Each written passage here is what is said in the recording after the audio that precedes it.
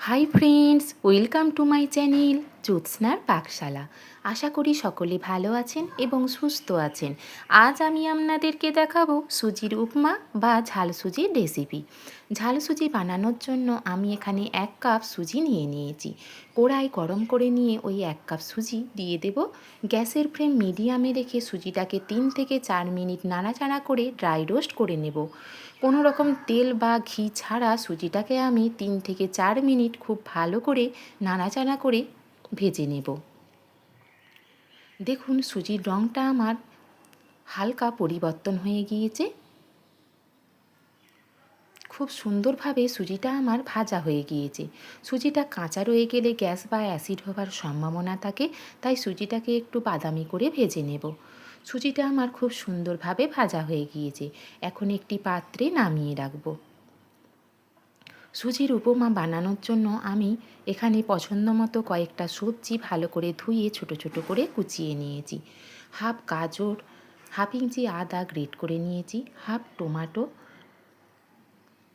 সামান্য পরিমাণে একটু ক্যাপসিকাম, ছোট আলু, দুটো কাঁচা লঙ্কা ভালো করে ধুয়ে ছোট ছোট করে কুচিয়ে নিয়েছি। আমি কড়াই গরম করে নিয়ে তাতে পরিমাণ মতো রিফাইন তেল দিয়ে দিয়েছি। তেলটা আমার খুব সুন্দরভাবে গরম হয়ে গিয়েছে। এই পর্যায়ে আমি হাফ চামচ কালো সর্ষে যোগ করব। সর্ষেটা ফাটতে শুরু করে দিলে আমি হাফ ইঞ্চি আদা গ্রেট করে রেখেছিলাম সেটা তেলের মধ্যে দিয়ে দেব এবং 10 সেকেন্ড নাড়াচাড়া করে ভেজে নেব। আদাটা আমার খুব সুন্দরভাবে ভাজা হয়ে গিয়েছে। এই পর্যায়ে গাছের টাটকা কারি পাতা 8 থেকে 10টা দিয়ে দেব এবং খুব সুন্দরভাবে ভেজে নেব। কারি পাতাটা আমার খুব সুন্দরভাবে ভাজা হয়ে গিয়েছে। এই পর্যায়ে দুটো কাঁচা লঙ্কা কুচিয়ে রেখেছিলাম সেটা দিয়ে দেব। আপনারা শুকনো লঙ্কাও ব্যবহার করতে পারেন। কুচিয়ে রাখা টমেটো দিয়ে দেব। টমেটোটাকে 2 মিনিট নাড়াচাড়া করে নেবার পরে আমি কেটে ধুয়ে রাখা সবজিগুলো দিয়ে দেব। আলু এবং গাজর একটু শক্ত হওয়ার কারণে ওইগুলো একটু আগে দিয়ে দেব, ক্যাপসিকামটা একটু পরে দিয়ে দেব। আলু এবং গাজরটা দিয়ে দেবার পরে পরিমাণ মতো নুন এবং খুব সামান্য পরিমাণে একটু হলুদের গুঁড়ো দিয়ে দেব। খুব ভালো করে সবজির সাথে মিশিয়ে নেব। নুন এবং হলুদ গুঁড়ো সবজির সাথে খুব ভালো করে মিশিয়ে নেবার পরে কেটে রাখা ক্যাপসিকামও দিয়ে দেব।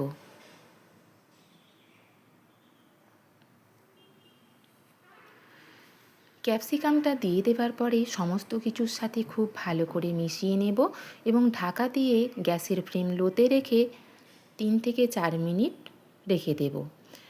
4 মিনিট পর ঢাকা খুলে দেখে নেব সমস্ত সবজিগুলো আমার খুব ভালো করে ভাজা হয়েছে কিনা। দেখুন সমস্ত সবজিগুলো আমার খুব সুন্দরভাবে ভাজা এবং সেদ্ধ দুটোই হয়ে গিয়েছে। এই পর্যায়ে ভেজে রাখা সুজিগুলো দিয়ে দেব। সুজিটা দিয়ে দেবার পরে সমস্ত সবজির সাথে 2 থেকে 3 মিনিট খুব ভালো করে নাড়াচাড়া করে নেব। সুজিটা সমস্ত সবজির সাথে আমার খুব ভালো করে মেশানো হয়ে গিয়েছে। এই পর্যায়ে 1 কাপ সুজির জন্য আমি 1 কাপের থেকে একটু কম জল দেব। জলটা একেবারে দেব না, অল্প অল্প করে জল দেব এবং বারে বারে নাড়াচাড়া করে সব কিছু মিশিয়ে নেব। জলটা একেবারে দিলে সুজিটা শক্ত হয়ে যেতে পারে। অল্প অল্প করে জল দিয়ে বারে বারে সুজিটাকে খুব ভালো করে মিশিয়ে নেব। 1 কাপ সুজির জন্য 1 কাপের থেকে একটু কম জল আমি ব্যবহার করেছি, অর্থাৎ 3-4 কাপ জল। এই পরিমাণ জল দিলে সুজির পোলাও বা সুজির উপমা সুজিটা যেমন নরম হয় তেমনই ঝরঝরেও হয়। জলটা সুজির সাথে খুব ভালো করে মেশানো হয়ে গিয়েছে। এই পর্যায়ে আমি পরিমাণ মতো নুন অ্যাড করব। সুজিটা দেওয়ার পরে কোনো রকম নুন আমি অ্যাড করিনি। নুনটা দিয়ে দেবার পরে সুজির সাথে খুব ভালো করে মিশিয়ে নেব। সুজির উপমা আমার একদম শেষের দিকে। এই পর্যায়ে আমি গ্যাসের ফ্লেম লোতে রেখে ঢাকা দিয়ে দেব 2 মিনিটের জন্য, যাতে সুজিটা খুব সুন্দরভাবে নরম হয়ে যায়। 2 মিনিট পর ঢাকা খুলে দেখে নেব সুজিটা আমার নরম হয়েছে কি না। সুজিটা আমার খুব সুন্দরভাবে নরম এবং রান্না দুটোই হয়ে গিয়েছে। এই পর্যায়ে ড্রাই রোস্ট করে রাখা চিনেবাদাম আমি সুজির মধ্যে অ্যাড করব। আপনারা কাজু বাদাম বা কিশমিশও অ্যাড করতে পারেন। আমি চিনেবাদাম দিয়েছি, সেই জন্য আর কোনো রকম কাজু বাদাম বা কিশমিশ ব্যবহার করিনি। চিনেবাদামটা খুব সুন্দরভাবে সুজি এবং সমস্ত কিছুর সাথে মিশিয়ে নিলেই আমার সুজির উপমা বা ঝাল সুজি একদম তৈরি। একটি প্লেটে আমি সার্ভ করব। যদি আমার এই রেসিপি আপনাদের ভালো লেগে থাকে অবশ্যই কমেন্টে জানাবেন। নিত্য নতুন রেসিপি পেতে আমার চ্যানেলটি সাবস্ক্রাইব করার অনুরোধ জানালাম।